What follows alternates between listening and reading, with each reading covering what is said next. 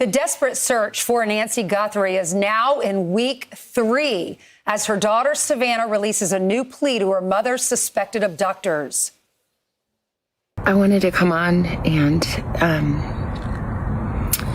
it's been 2 weeks since our mom was taken, and the glove, one that appears to match what a suspect was seen wearing in surveillance video, and investigators say the FBI recovered DNA from it. According to the segment, a glove has been recovered during the search, and it appears to resemble the gloves seen on the suspect in surveillance footage. The report also says the FBI has recovered DNA from that glove. The guest, a retired NYPD lieutenant named Darren, suggests that DNA could be checked against a law enforcement database to see if it matches someone already on record. The report also mentions a late-night search tied to a warrant signed by a magistrate. That search did not immediately produce an arrest, but the guest argues that a signed warrant implies investigators showed enough information to establish probable cause. Finally, the guest discusses uncertainty around Nancy's location, raising the possibility of the nearby Mexican border, but also saying he believes the situation is likely localized. He also claims that aircraft and devices are being used to try to detect signals connected to Nancy's pacemaker in the area as one method of locating her. From a neutral, everyday perspective, it's understandable why people would react strongly to the glove update. When a case feels stuck, DNA evidence sounds like something solid, something that doesn't rely on memory, rumors, or conflicting witness accounts. But it's also worth keeping expectations realistic. A DNA sample can be powerful, but it doesn't automatically equal an immediate identification, an arrest, or a rescue.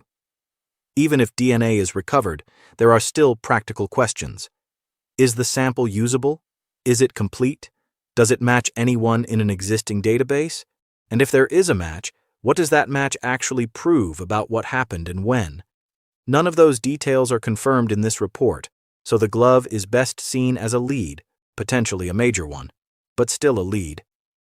If you're watching this as a regular person, you might feel two things at once. On one hand, hope.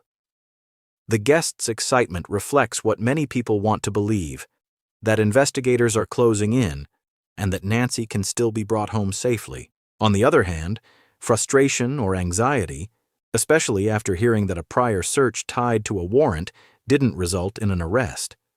For families and communities following a missing person case, that emotional whiplash is real. Big headlines, intense searches, and then, no clear resolution yet.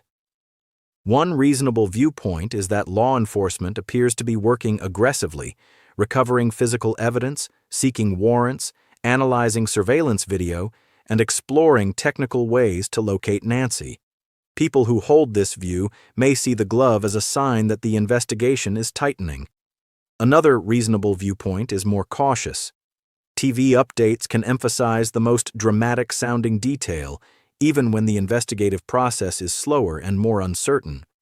A glove appearing to match a suspect's gloves is not the same as a confirmed link, and a DNA sample is not the same as an identified perpetrator. People in this camp may want fewer predictions and more verified milestones. The healthiest middle ground might be this.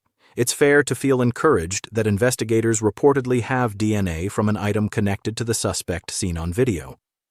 It's also fair to acknowledge that there's a long distance between DNA recovered and case solved, especially when the priority is not just prosecution, but finding Nancy.